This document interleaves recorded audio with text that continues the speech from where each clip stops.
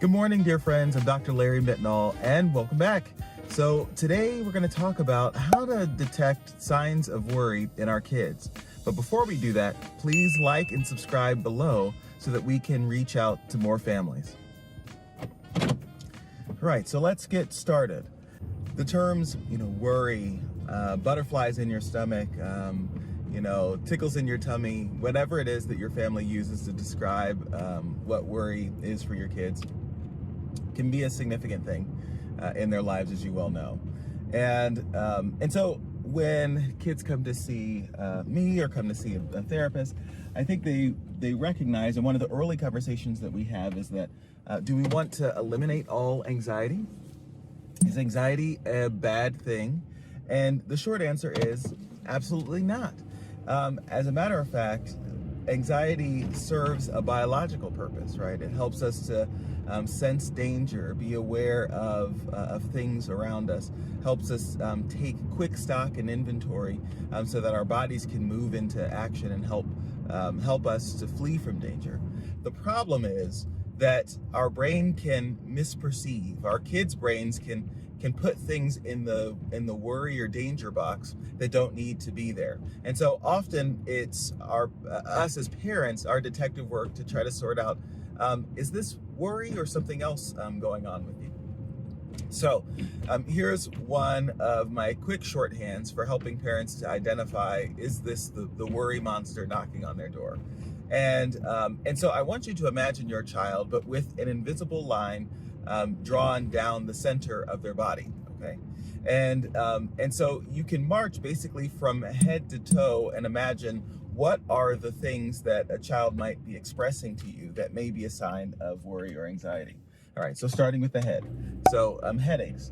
And so the headaches that seem to arise before, doing a public performance or taking on a task that they find hard, like maybe the math homework or some exercise like that.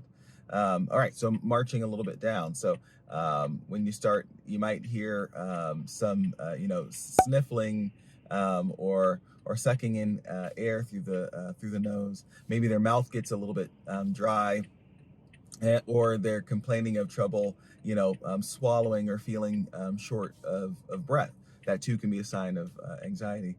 Maybe let's go further down. Maybe their heart is racing and beating, and they don't know why. Maybe they're describing having some chest discomfort or some chest pain. Again, maybe marching a little bit further down our that midline.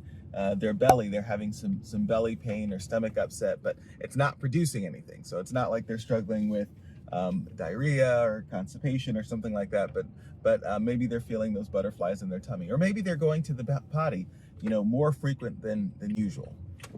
All right, all of these things, when you follow the midline, it turns out that our body is really complex, but like any alphabet, it's limited to only a certain amount of letters and ways to configure and express itself.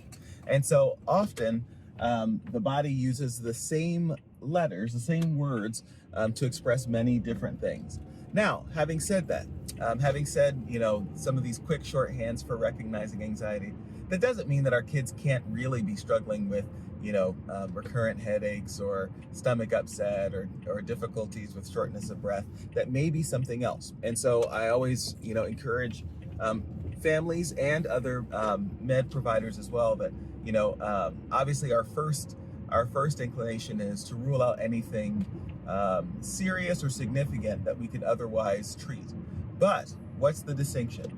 If you see the pattern continually emerge and you notice that there's a situation in which you tend to see those symptoms and you can almost, after a turn or after a while, kind of predict that this is what you'll see in your child, that's how you're going to do the detective work to determine, all right, this is most likely anxiety. And so we need to come up with a plan to help them feel more confident in tackling the thing that's worrying them or keeping them from engaging in something wonderful, something adventurous, something that they actually want to do but feel stuck by the worry monster.